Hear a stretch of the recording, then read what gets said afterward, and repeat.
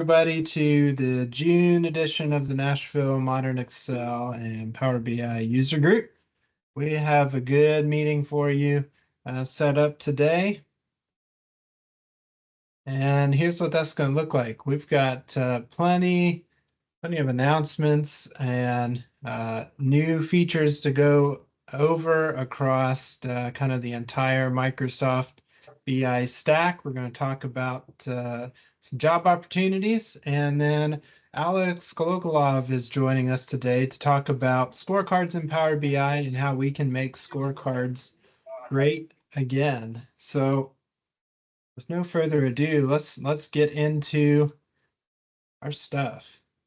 Now, let's see if I can get the slides to trying to connect to the internet. To Every time I cooperate. close Here we it, go. and open So it takes, like, got a a couple few meetings on the minutes to books break for the remainder of the summer. Thursday, July 18th, we will be meeting at our normal time slot at 11:30 Central via Teams, and we're actually going to do a panel discussion around Microsoft Fabric. So really, Fabric's around a year old now, and we're going to look back over that year and over 2024, where we've seen a lot of innovation, a lot of new features get released. We're going to talk about all different kinds of stuff Fabric related. And if you're interested in being a part of our panel, feel free to reach out to myself, Michael Hewitt, Michael McKinley, or Sekou Tyler, and we'll be glad to help you get started on that. But really looking forward to being able to have a little bit different format than we might normally have, and have a little bit more of a panel discussion around all things Fabric. And then in August, we're looking at doing an in-person happy hour. So we got some details still to iron out on that. I think we got a couple sponsors in place, so be on the lookout. We will announce the time, dates, and specific location of when that is going to take place, but hope that as many of you as possible can come out, hang out, network, chat, get to know each other a little better. It should be a good time. So we'll get those published to the meetup site and announced as quickly as possible, so you can start to RSVP to those meetings soon. But that's what we've got coming up here over the remainder of the summer. And we are always looking for folks to come and share with us here at the user group. So if you have a topic, it really could be any topic regarding Power BI, Excel, Power Platform, Power Automate, Power Apps, Fabric. We're always looking for all kinds of different content in those areas. So if you've got something you'd like to speak on, again, reach out to myself, Michael, or Sekou, and we'll be glad to get you on the schedule and set up a good time for you to share with us. We've got a few events. Typically, we highlight events that are about a day's drive or so from the Nashville area. So we've got a few that are coming up here throughout the remainder of the summer and into the fall.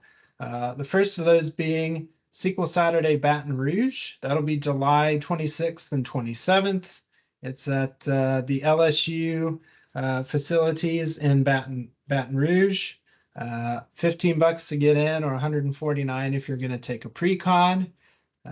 This is always a pretty cool event. I haven't been to it, but heard many, many good things. So if you're a SQL Saturday fan, definitely check this one out.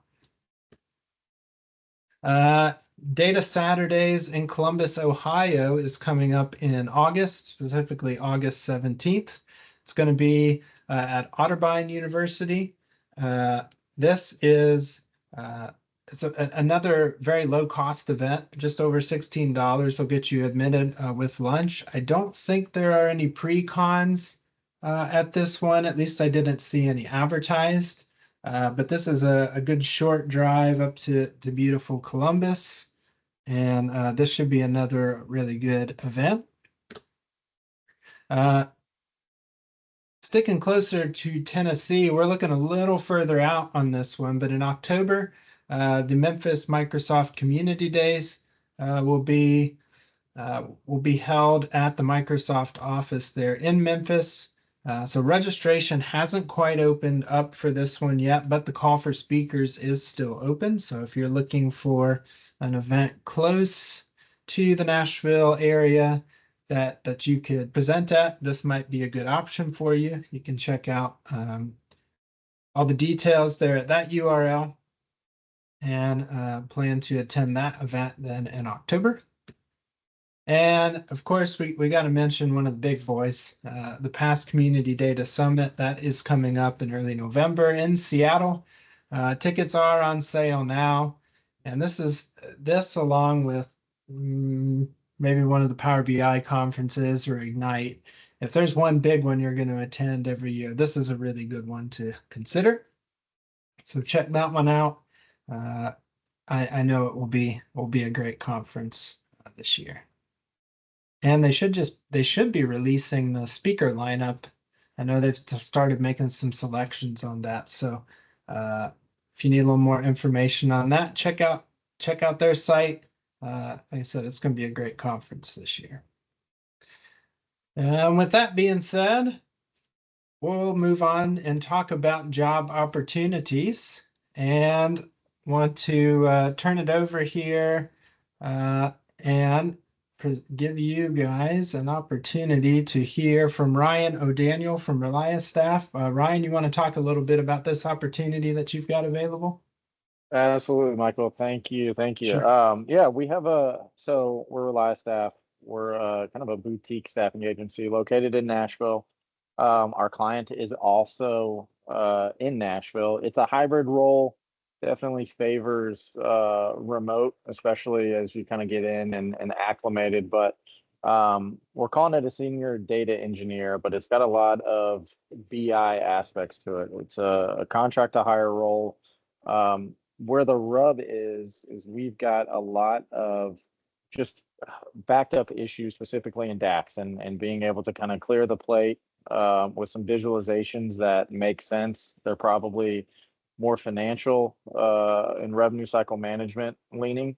But ultimately, it's a healthcare network that spans from really Florida to Alaska. I think they're in about 30 states now. Really great group. Got a good connection with the CTO. It's a small team. There's going to be 4 other folks on the data team. They kind of have different roles, but the front end of this is going to be more BI heavy. And then as this grows, it's going to involve a little bit more SQL engineering, which is kind of the interesting aspect of this job.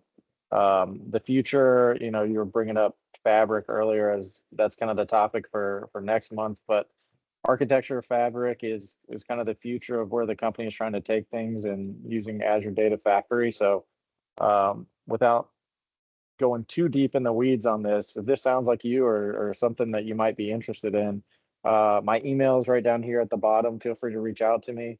I'll also drop my contact info in the chat box, but this is our hottest data job right now.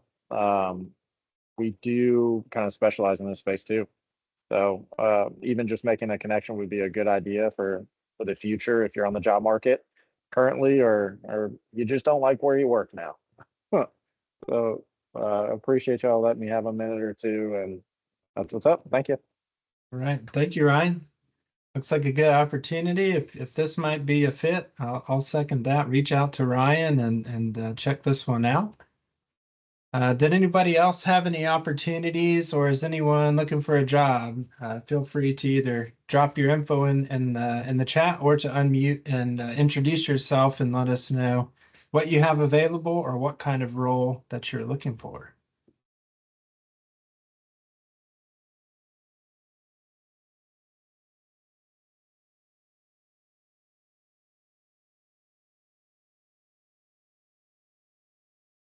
All right. All right. Well, then moving on to our updates. We've actually had a couple Power BI updates since the last time we met, both the May and June releases. And frankly, there has been a lot of stuff coming out. So I'll just highlight a couple things from this May release. There's some new matrix layouts that are out. And actually, we got a little sneak peek of that last month from Sekou. He demoed how we can work with some of those new matrix layouts.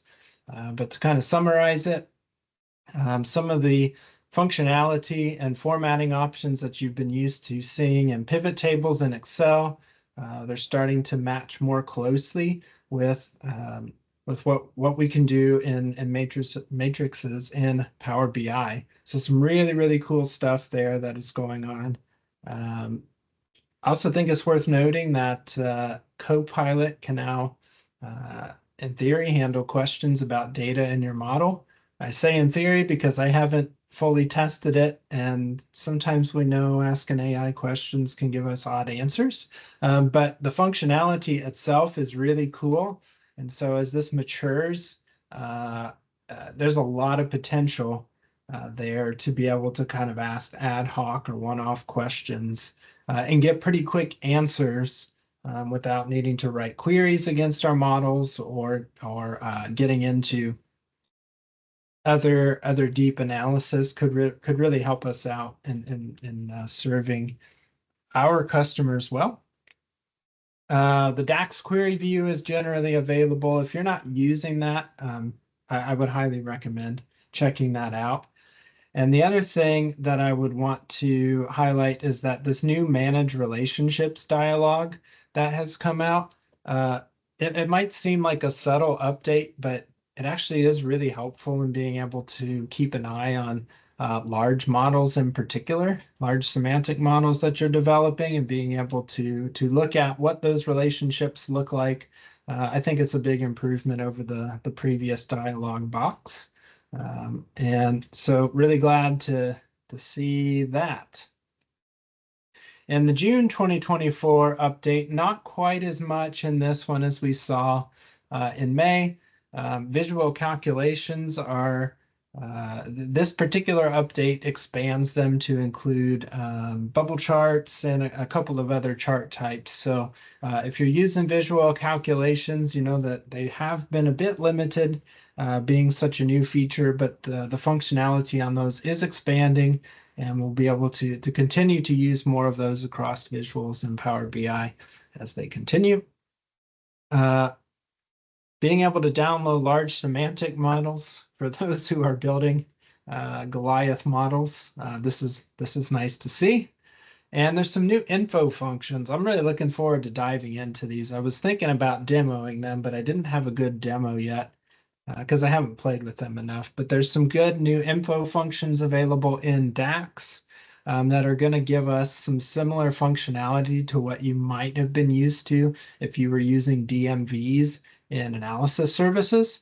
And so being able to see some dependencies and such by writing some DAX queries and get some really good info back that way. Those are really probably a couple of the biggest things that I see in these new releases. But I want to get to what's new in Fabric, because there is, with Microsoft Build just wrapping up, there has been a ton of updates in Fabric. So continuing to see a lot more Copilot integration across the entire Microsoft BI stack. So now it's available in the data warehousing component of Fabric. Actually, this new update here in the data warehouse that you can use time travel.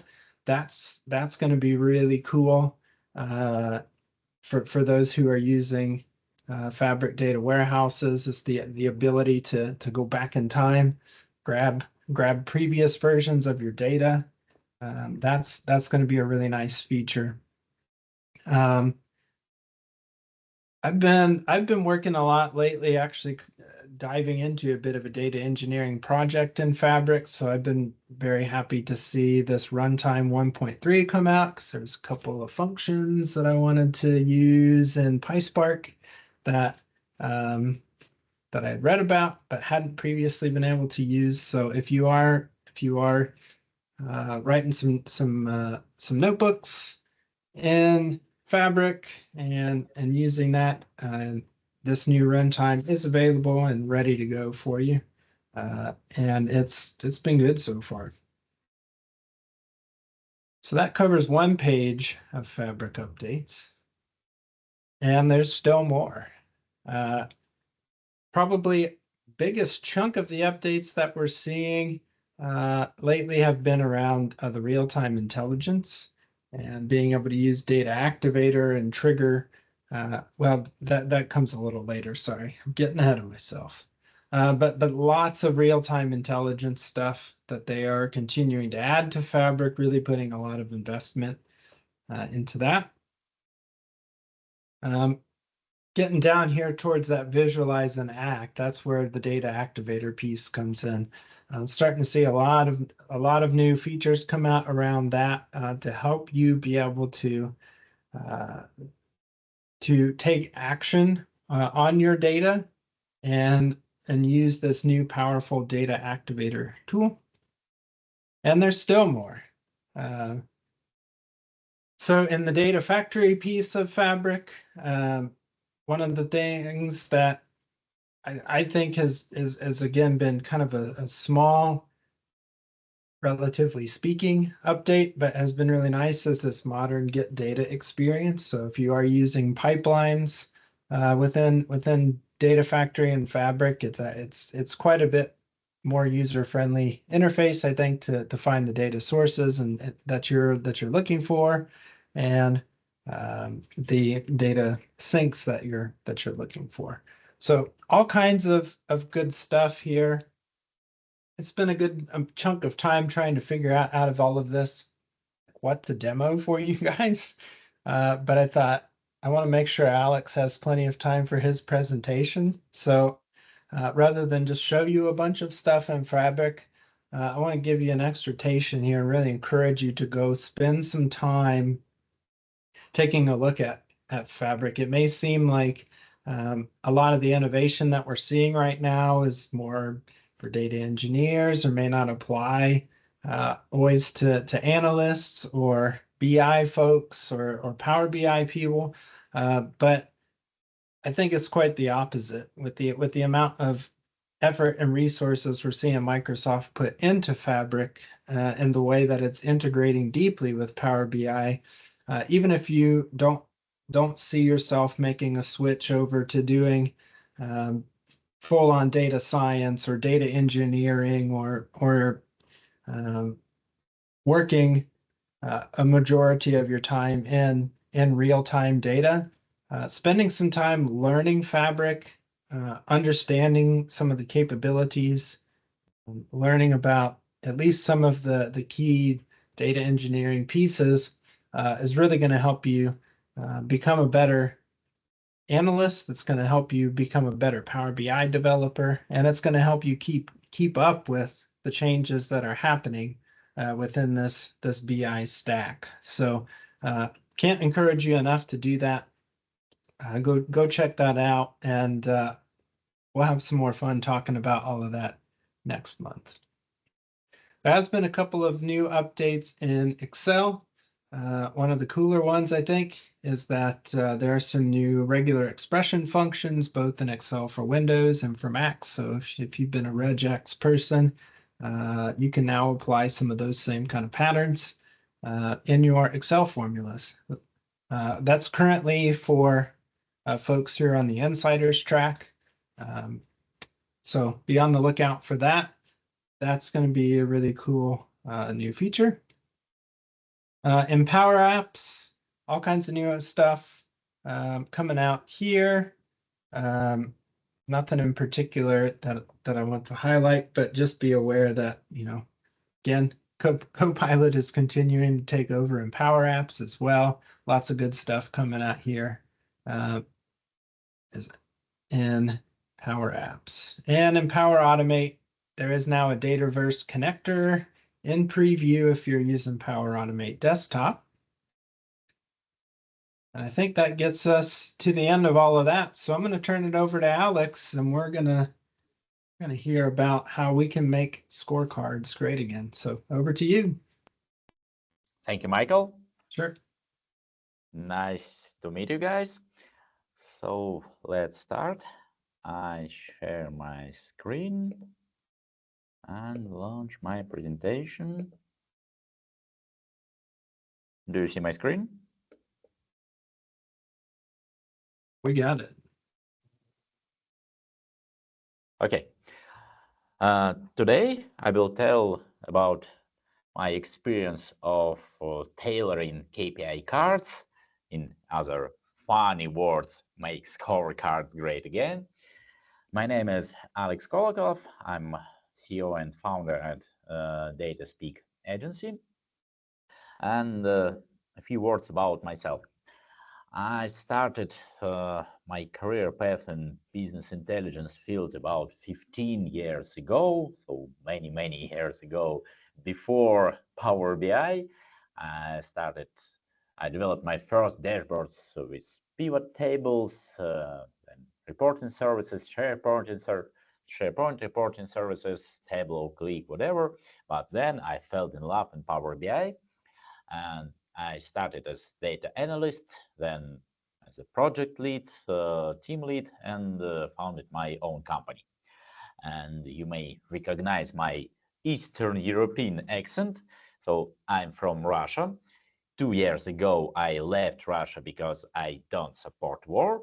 And this year I arrived to the United States and I left my business in Russia. And now I start a new life, new business from the scratch. And it's pretty interesting. So also I like to teach people, to share my knowledge, and I published 2 books on topic of data visualization and even founded a data visualization award similar to Information is Beautiful, but focused more on business dashboards. And there's my books.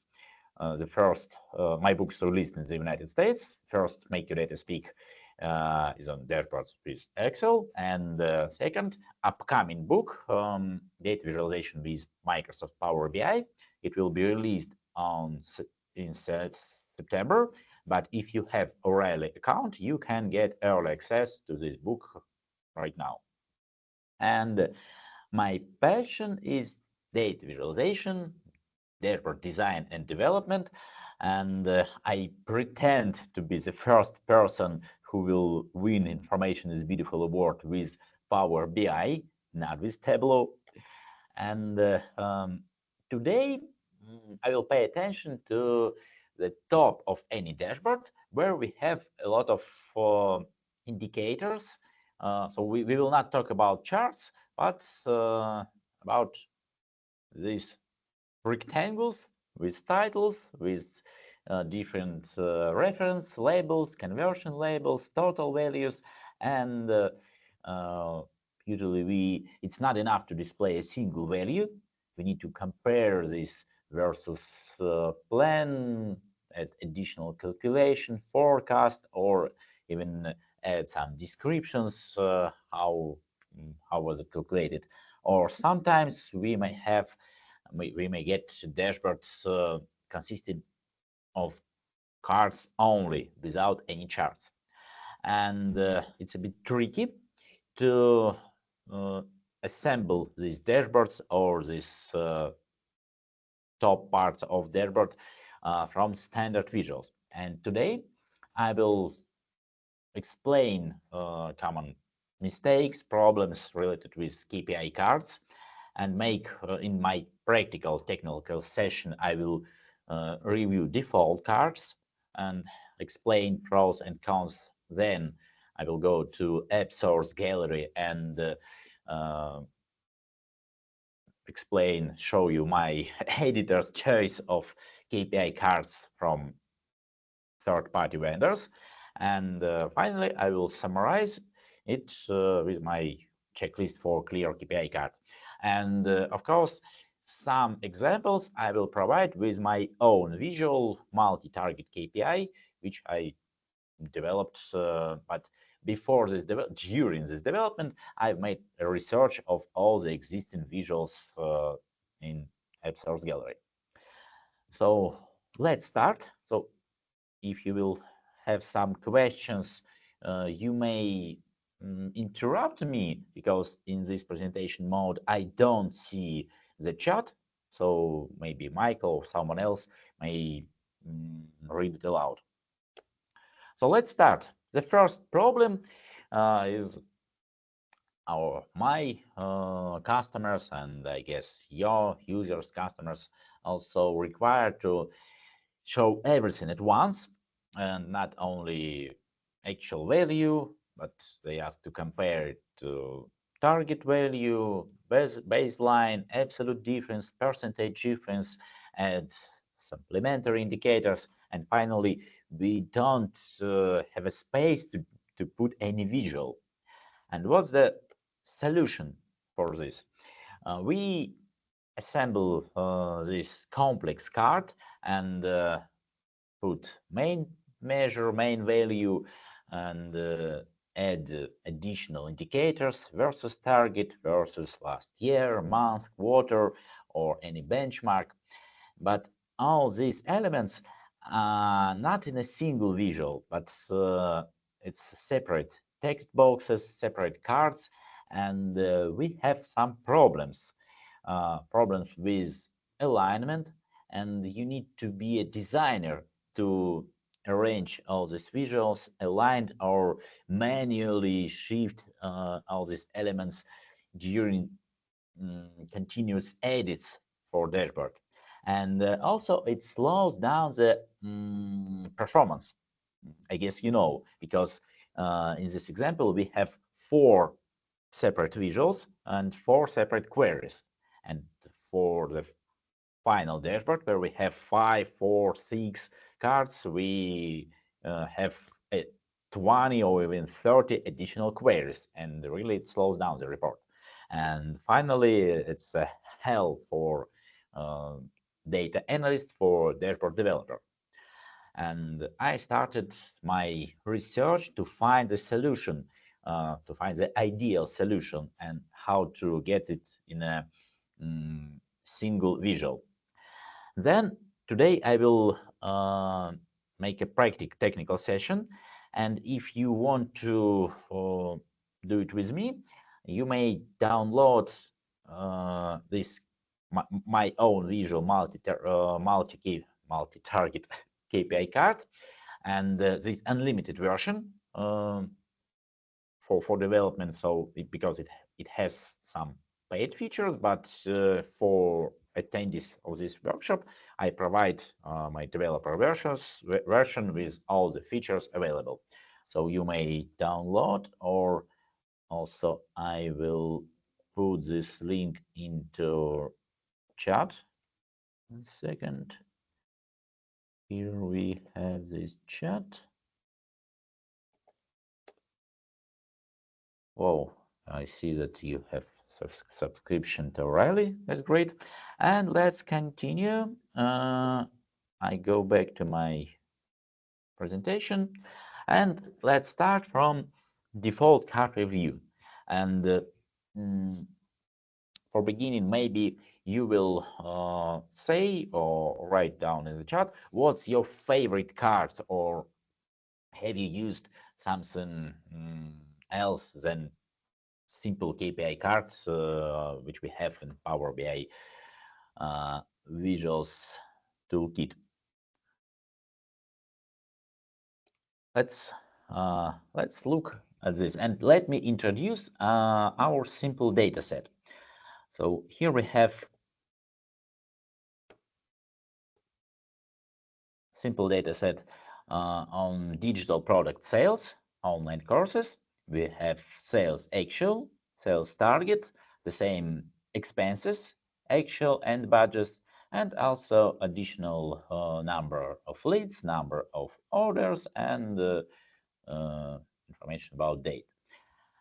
And we can see this data in this row by product, actual, target, and even this difference, sales versus target, and filter this data by month. But I want to highlight our total value and use a card. Let me enlarge this view. And how it works now, I select a value, sales actual, and Power BI suggest me a visual, suggest me a card. What's wrong with this card? Can anybody say? What's wrong with this default visual?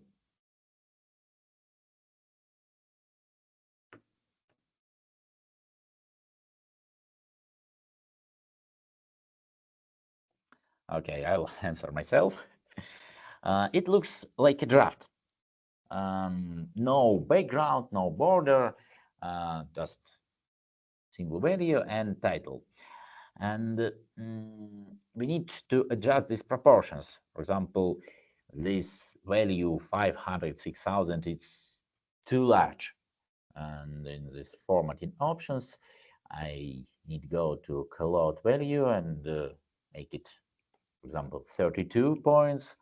But for the category label, I should keep the proportion of 50% of our main value, and then I will make it 16. And I can add background. Usually I add such a light background, and now it looks better. But I have such a point from data visualization best practices that we should put title on top, as we use for chart titles, report page titles, but I don't have such option for category label. It's below our main value. Of course, I can disable this option, enable title, and manually input this value, but it's all this manual work, and also there's no paddings, and finally it looks not like professional visualization. That's a simple default card. The next common requirement is that we need to compare our target, our actual value versus target. When I select the both values, Power BI suggests me multi-row card, but it looks even worse than default card. And again, I need to adjust all these parameters, value, callout, because these default values doesn't meet best practices. Or what have Microsoft done to fix these issues, to solve these issues? Last year, Microsoft released new card. Has anyone tried this visual? Yes. Let me zoom in. So we have card and we have new card with this thunder icon. Let's switch our multi-row card to a new card. And it looks better. Thank you, Microsoft. I'm glad to see the title on top. I'm glad to see a border, at least border. We also can add background, but what I expect to see it as a single visual element. For example, here I have like a single card with title, with subtitle for indicator, with this variance label. Here I can get similar view, but I need to know how to do it. For example, there's a such option as a reference label. I remove target from that section and add data to reference label sales target, and here that have a lot of options. I can enlarge title, value, make alignment, but finally, again, it looks like a draft, and I need to add some text boxes above, or remove borders, or add complex background. And what's the problem? That anyway, I need to make custom visual. For example, this card is made of two separate cards. This one, separate text labels, and separate rectangle for a background. And really, I have only this way I have opportunities to align all these elements and incorporate it in any. But I had a dream to use such a simple visual which will meet all the design requirements and provide it in a few clicks. And that's why I started my research and developed my own visual. And let's compare. I select sales action, sales target. Let me remove some useless prefixes like sum of, or I will shortly write where's target, and then I switch to multi KPI card. It's here. I already added it from gallery. That's how it looks. My default requirement, title on top, main value, additional value, or let's say indicator labels, everything's clear. And that's how I realized my dream. How do you find it? Let me sum up our first part. So what's the problem with default cards? That anyway, we need to adjust all the values, titles, enlarge, rename them, add backgrounds, borders, and finally, we need to assemble clear card from several visuals, or I get used to develop my own visual. Next point, which we usually use for any business intelligence project, is calculations and comparison labels. What I mean, let's go to this visual. We have already made this difference minus 25%. So we have our target value, and let's go to this value format, additional measures, and we have such option as the component type. By default, we see percentage change over main measure. If I select measure, I will see 1 million, but I will correctly convert to thousands. This is absolute value of my measure. I can observe change over measure or percentage change in percent. So we have 75% of our goal. Let's look in a positive difference. We may see 109%, but it's more comprehensive to display change plus 9%, and don't use this additional 100. And for this feature, I was inspired by card with states by OKWiz. I hope you, for many years, I used this visual. So let me show it again. I select sales target, and I will switch it to card with states by OKWiz. I guess you know these guys.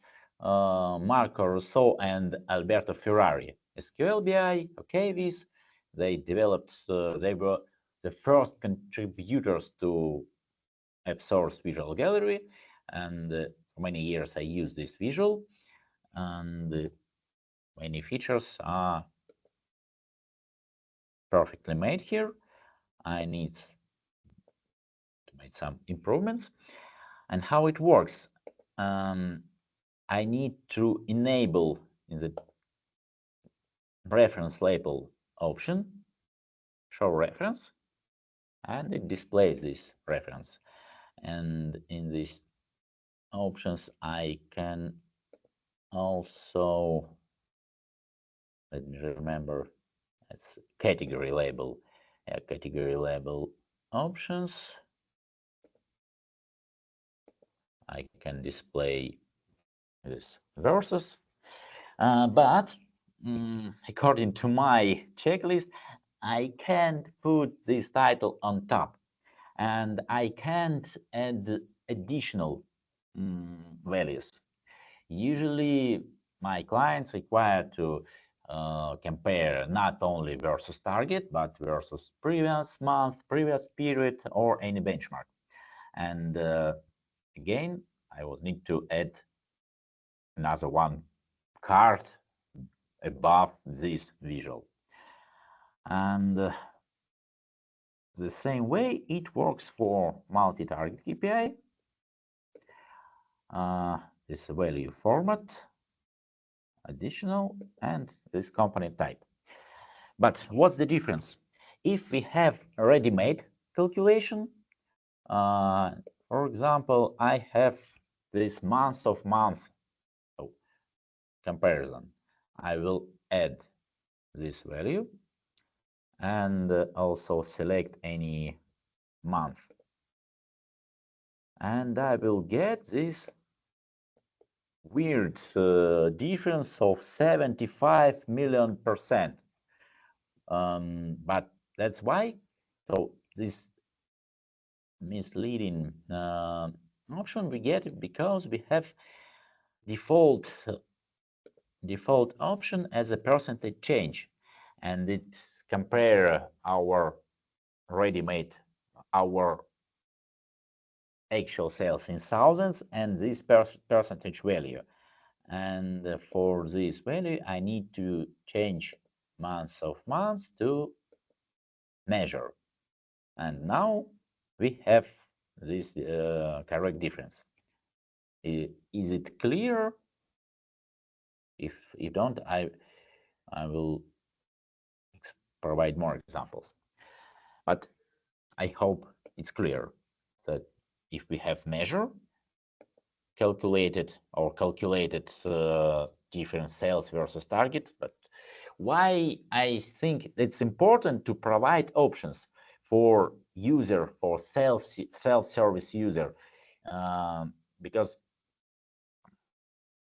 self-service user don't need to think about DAX calculations, even such simple calculations like versus target, but we provide options, and we can choose or think that we need more sophisticated calculations and then add these calculations. But that's a good practice to provide options before. So we basically we have such 4 scenarios: total change in absolute value, percentage change, and percentage change over our target measure. Next point, conditional formatting. And usually we use such classic rules that for positive deviation we highlight with green color, and negative deviation we highlight with red. Sometimes we invert this logic, usually for expenses, because if my budget is exceeded, it's not good. It's bad. Maybe another color, yellow or other shade of red. And of course, if we don't spend our budget, it's not always good. But we follow this common approach. Of course, we take into account this accessible approach of color blindness, or use color theme in a tableau style like orange and blue. But finally, my clients ask to use traditional red and green stop and go light colors. How it works here? I have such section conditional formatting, additional measures, and I can use default feature of any object in Power BI with this function and add rules, but and it will work. But I prefer to make all the settings in the same window, and I enable conditional formatting, and I have my presets: green for positive deviation, red for negative, and also I can add another state, for example, for green. That's for versus target, and for sales month of month, I will also add this conditional formatting.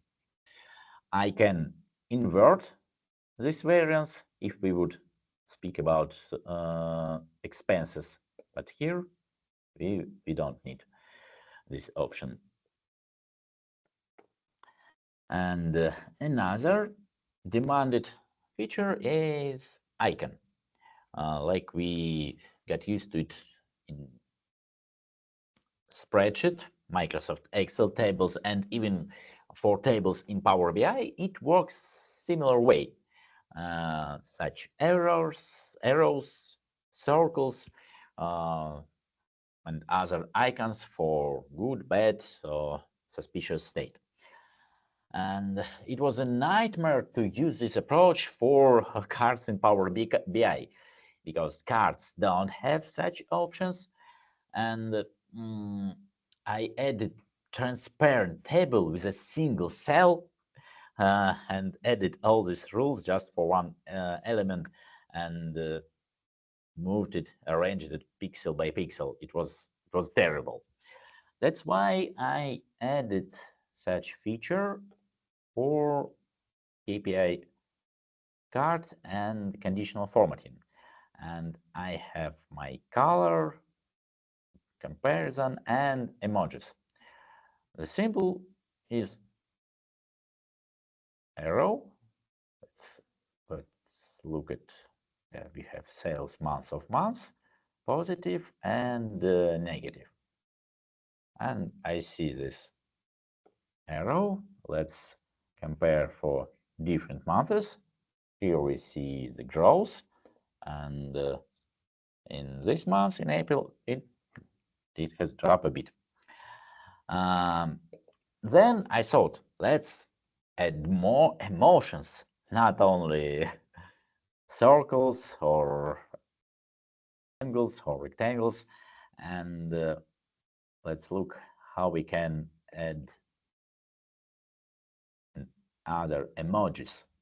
I select versus target option, and I may use circles, but I may use likes, dislikes, or even such funny emoji, or angry for when I don't achieve my goal. That's how it may look. That's emotions. And before this, I forget to tell about this. I started my research and I was looking for ready-made cards. And the first interesting example is dynamic KPI card. From the first view, I like it because it has title on top.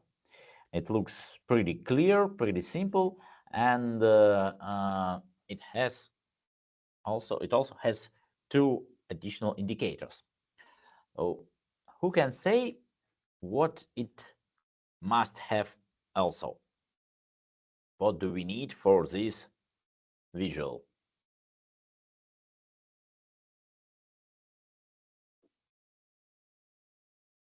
Any ideas?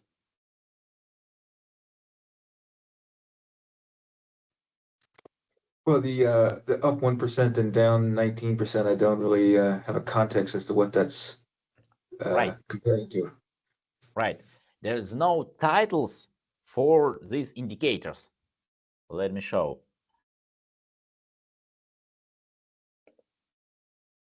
Let me show you this visual. That's how it looks in Power BI. Ultimate dynamic KPI card. We have KPI option, indicators, but there's no option for title. And again, I need to add that text box above. For example, this is versus target and the same versus month. That's why this visual didn't meet my expectations. I'm trying to move it here. And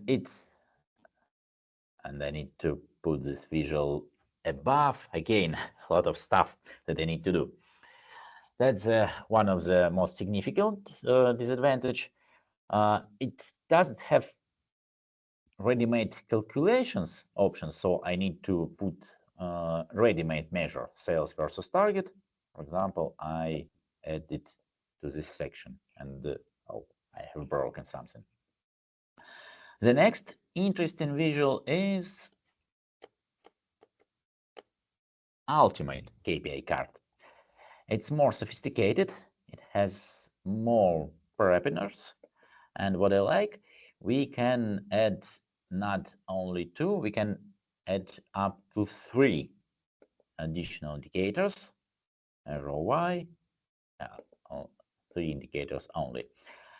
And there are interesting option for grid and settings for any reference, and we can adjust. Let me go back to the report view. We can adjust these arrows, different styles. I want to move it closer. Arrow style, white, color background, circle or rectangle. And I can adjust almost any parameter of this card and select the view how I want to display percentage change, difference, absolute difference. And but finally, I don't remember how to remove these millions of percentage change for sales of month. And this visual is too complicated. Sometimes I discard these options, but it's hard to remember all these points. And really, it's too complicated. And also another one disadvantage is that it's paid, and you need to pay $100 to remove these watermarks on the background. So I told you about emojis. And the next significant point for any KPI card is micro visual. What I mean, usually we use not only single value or indicator or reference label, we use spark lines or micro line charts. So they don't have any axis, data labels, titles, they just highlight the trend. Rising trend or some seasonal trend. And what I like again is card with states. It's here card with states that I mentioned before, and there is have such a I think that's they have the best spark line, the most comprehensive spark line among all the visuals. And we can set almost everything for position, higher, lower, full space, add this without line or change color, area color, markers, line weight, show only highest point or all points. So we can adjust almost everything and change colors. Looks pretty good. And I decided, so also we have Zebra BI cards, and I can't say that it's just cards. It's full visual library, maybe the most advanced visual library for Power BI, and I can switch all the chart types. So first, what I like, it has title on top, value, arrows, labels. It's all this set up by default, looks comprehensive, and I can select this different explanations. But it's not a card, it's a visual with a card. But I can make it compact with such as now it's not a complicated line chart, it's almost spark line. Or I can, if I will not add breakdown by month or by product, I can get such a simplified view, and it looks like a bullet chart. And I was inspired by Zebra BI cards to add bullet chart option to multi KPI card. Let's go back and I will show it. Here we discussed this card, and for bullet chart I need to specify what is a baseline, what is a target, because I have two values, target previous month, and for this section bullet target I select sales target, then I enable this option bullet chart, and I get this bullet. Now I have minus 25%, but when I exceed my goal, I see this bar filled, and this marker, this vertical line, which shifts on the left side from my total value. So I have 9% above our value. And we can adjust this bullet. Let me show bullet chart. Change all the colors, change bullet shape, height, percentage, change percentage space of the whole card, round edges, rounded bold border, and we can adjust almost everything manually. But also I decided to add style templates. If you are not professional designer, you can choose color, theme, and style. For example, let's choose winter and light color theme. And we have such a light blue, or we can switch to the dark theme in such a dark, almost dark blue shades, or warmer autumn theme, or forest green. And then we can edit these colors for our purpose. But my approach is to provide options first, and then you may adjust it. And you may find this for inspiration. Some clients still prefer such old school view with bold fonts, with bold borders, but yes, it has its own style. So we have style presets, and then I forget to explain some examples before. I assembled these cards with stacked bar charts with lines, but finally I added this option to Power BI to multi-target KPI card. So finally, card with states like okay with I love this visual. It also has style templates. Let me show it. Let's go back to card with states.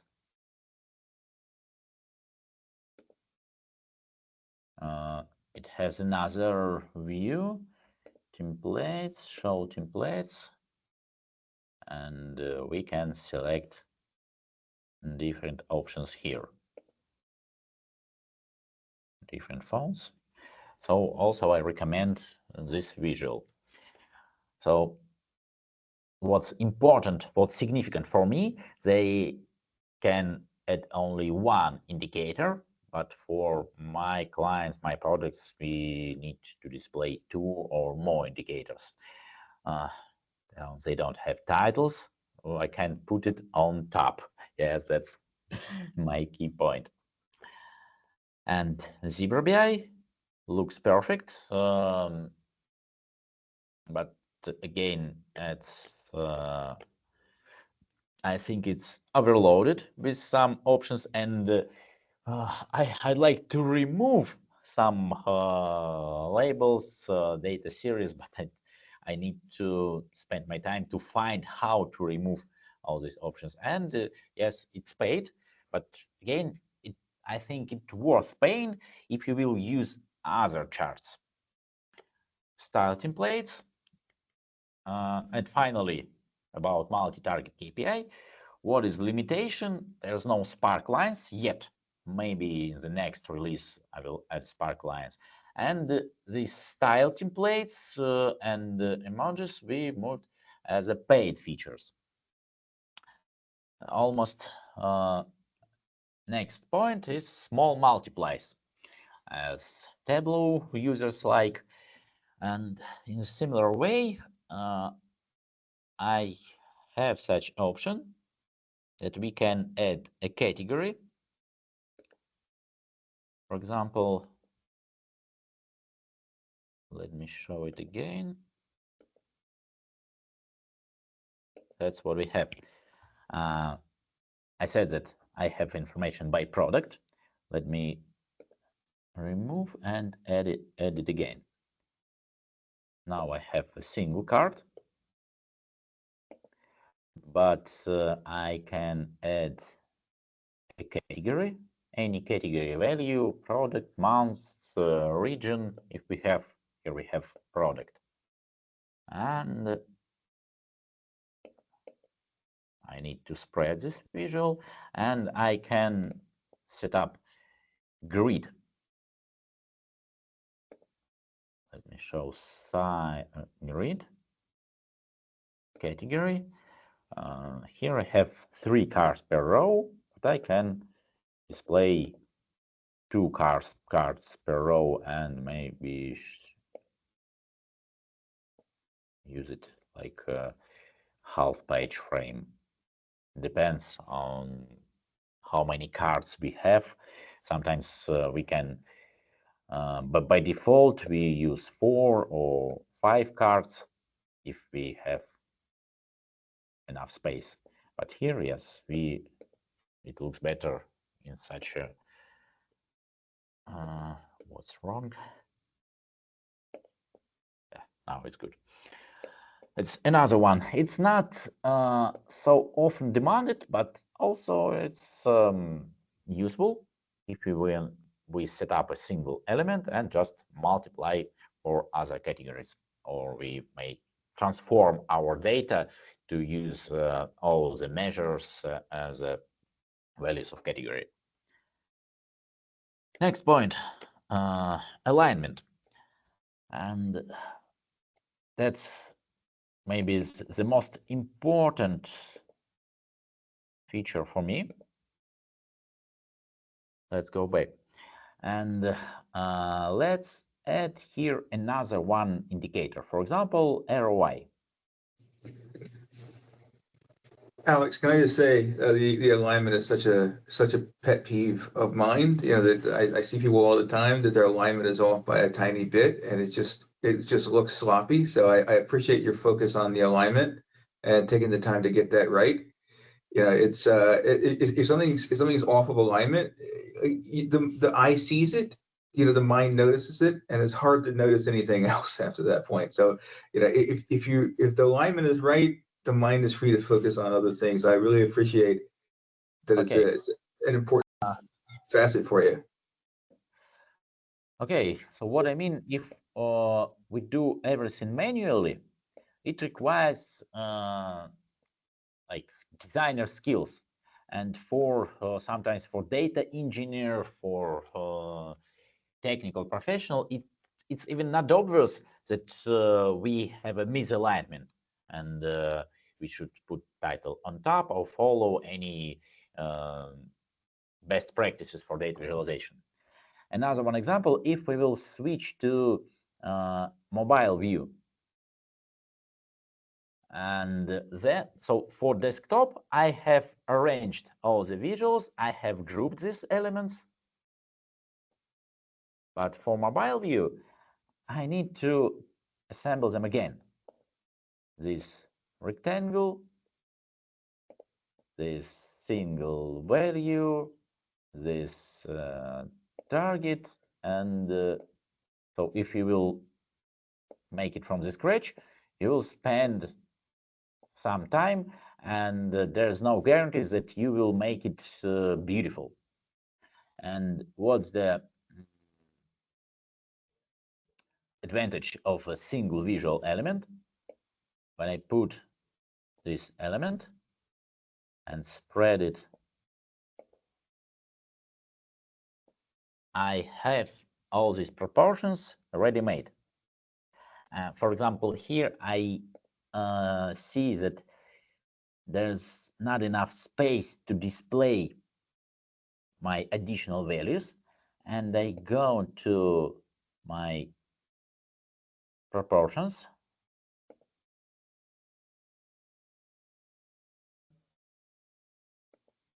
grid, and set up this percentage width between main measure and indicators, and I change this proportion, and I provide like 35% for main measure.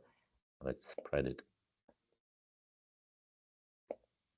Or now I see that that's not enough, and I will maybe reduce the size of additional measures, not 18, but 16. Now I can see almost everything. That's what I mean when I talk about alignment. And let me show again in my desktop view. Here, I see my values overlapping. So in my right part, there are a lot of indicators, but there is not enough space for all these values. And I can switch from vertical orientation to horizontal, but again, not manually.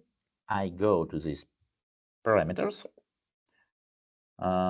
grid, additional measures, layout type, as switch from vertical to horizontal, and move this proportion. So I provide like 30%. And for ROI, I need to change my company type.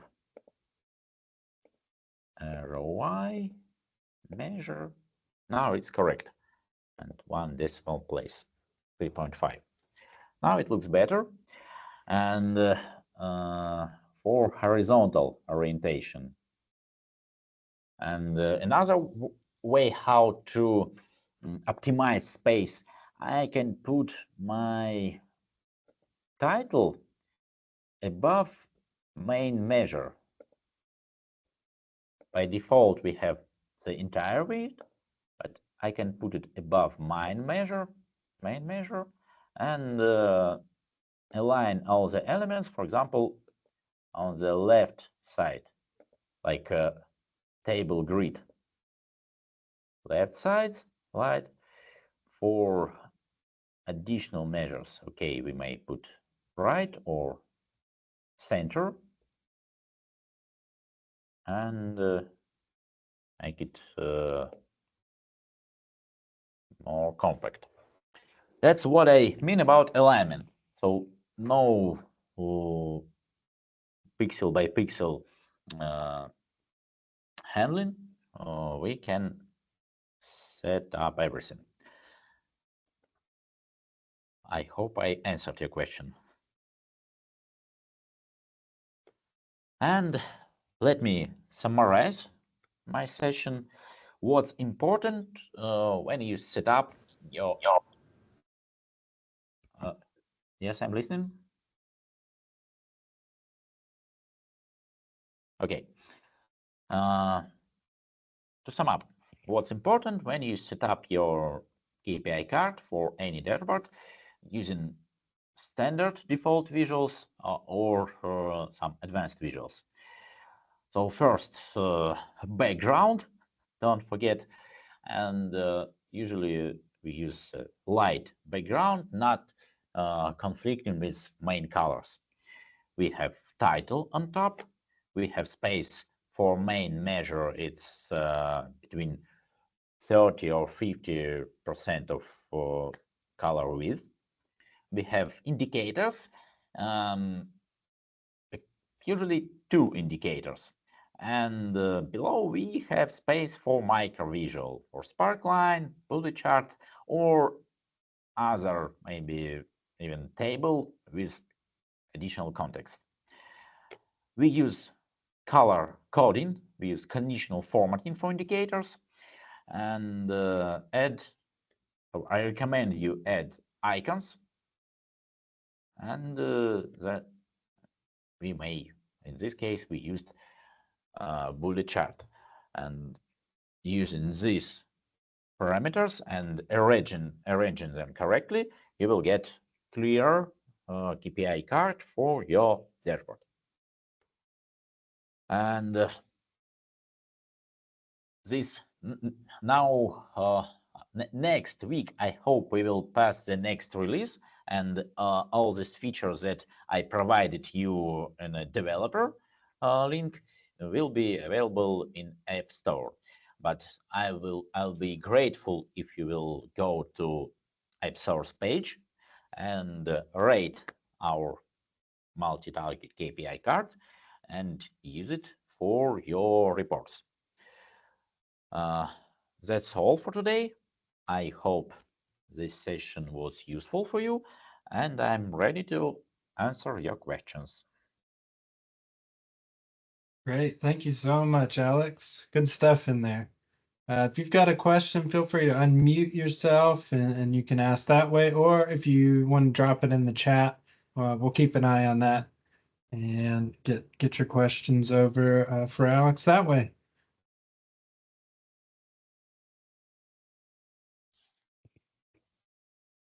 I will put this link into Teams.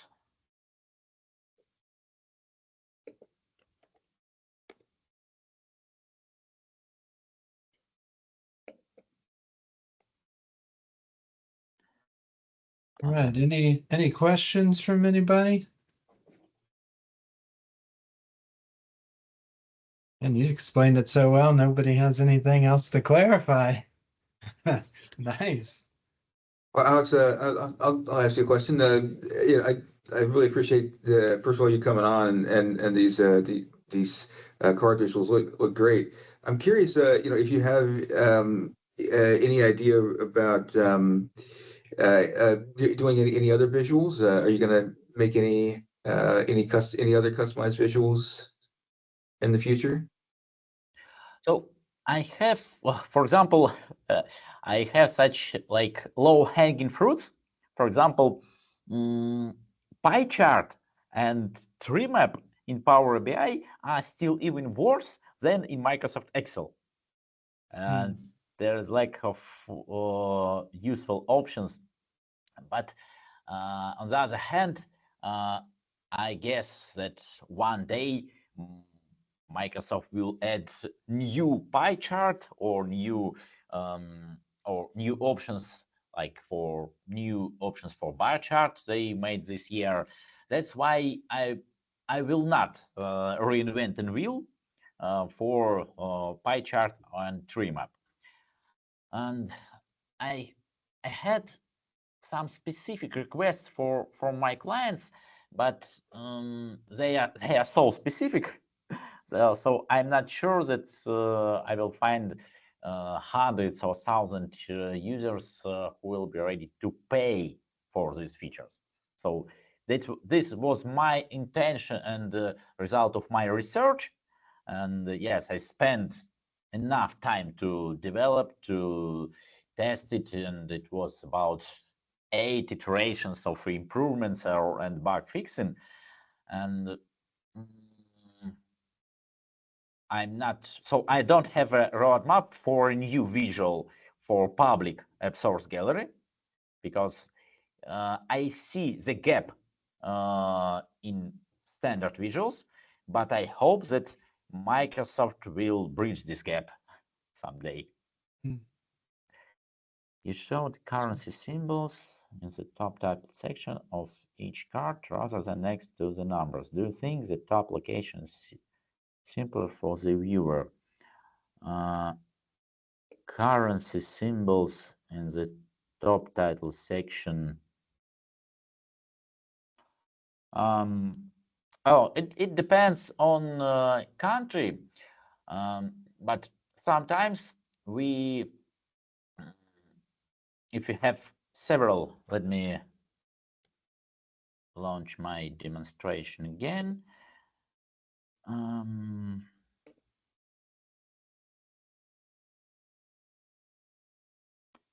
trying to choose appropriate example.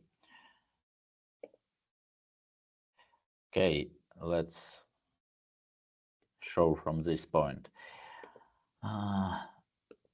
I may say it's case by case.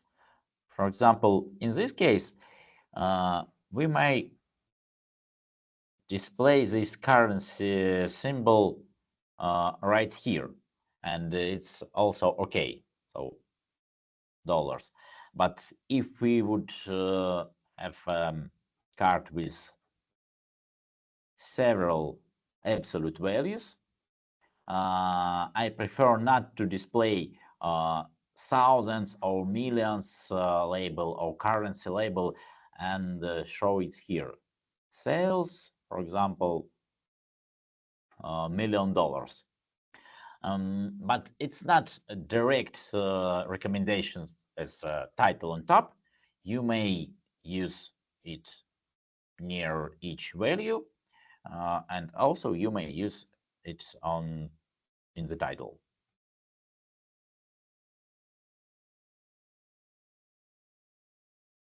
Any other questions for Alex?